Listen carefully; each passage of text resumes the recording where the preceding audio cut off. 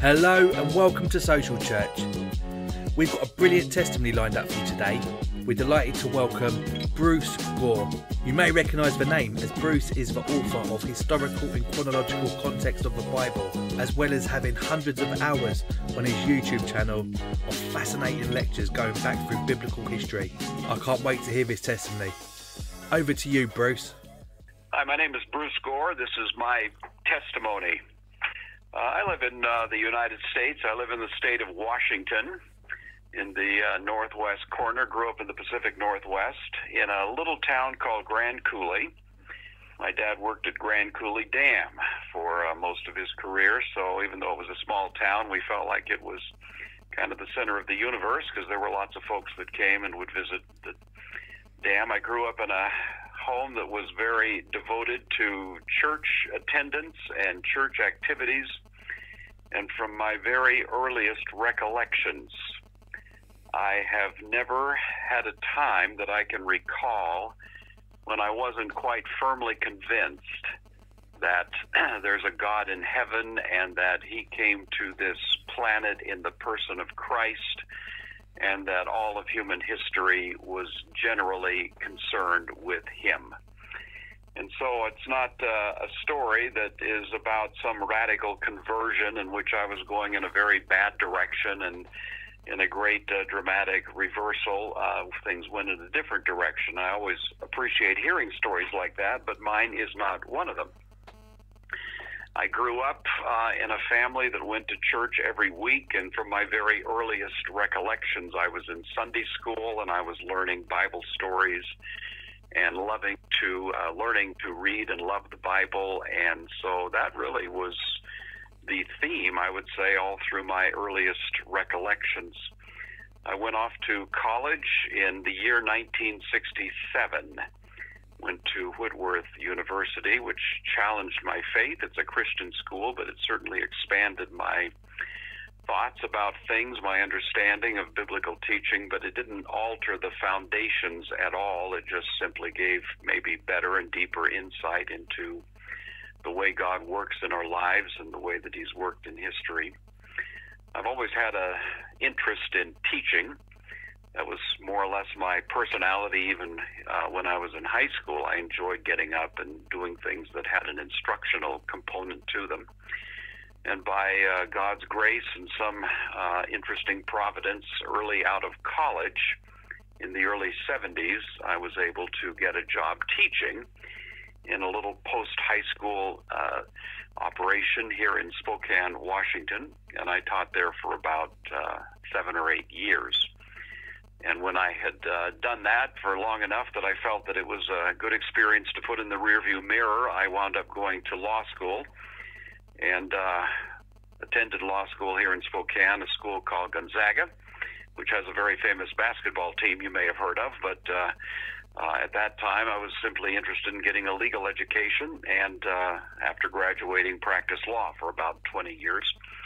And all during those years also would teach at the Whitworth, where I attended college, on the adjunct faculty. I taught history and philosophy and religious topics of various kinds, so that's always been part of my interest.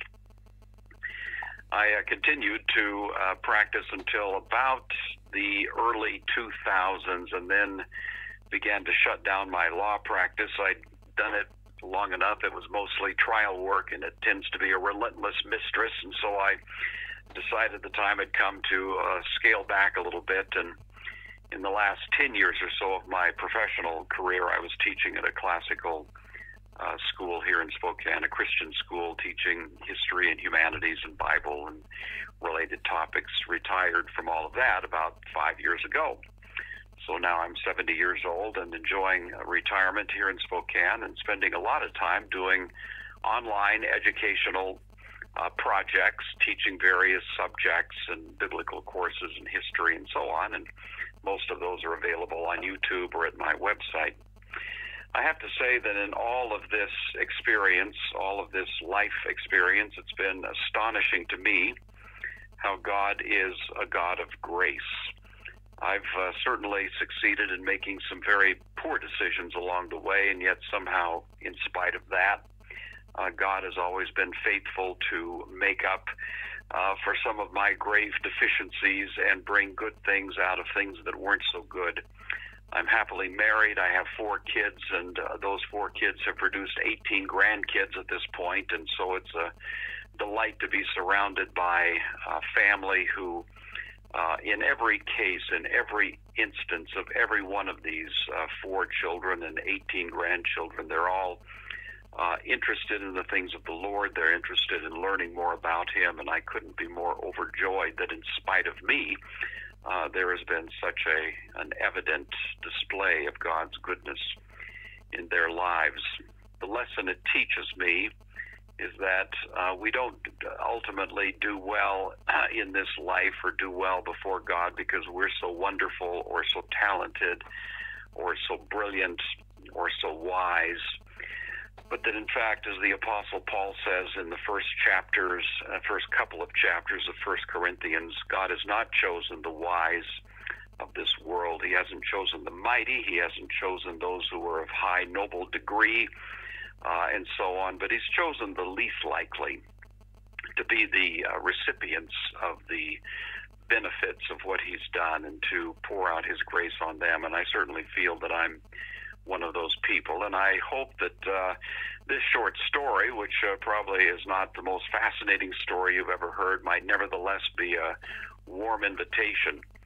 If you've never had the opportunity to explore more deeply the most fascinating human being in the history of the human race, Jesus of Nazareth, the centerpiece of human history, the most famous human being in human history, the one who is virtually unanimously regarded as the most virtuous man in human history, the one who said the most astonishing things in his day, things that shook the foundations in the day that he lived and continue to reverberate down through history. If you haven't had the opportunity to explore him more deeply, that I implore you to do so, that you could never do better than to make him the very heart of your interest, the central topic of your concern, and the main subject of your conversation.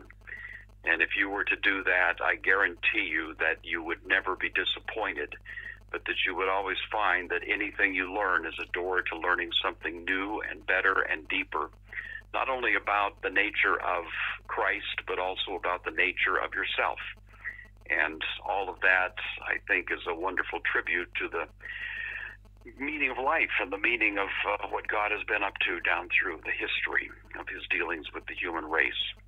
So that's the very short version of my story, but I hope it's been encouraging to you, and I hope that you'll have an opportunity at some point to tell your story in a similar way and be able to give evidence to how God has been at work in your heart and in your life, just as he has been in mine.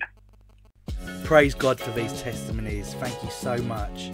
Make sure that you subscribe to our YouTube channel below. We release new testimonies every single week, alongside Q&As, expository preaching and acoustic worship sessions. Thanks a lot for listening, and see you soon. Bye.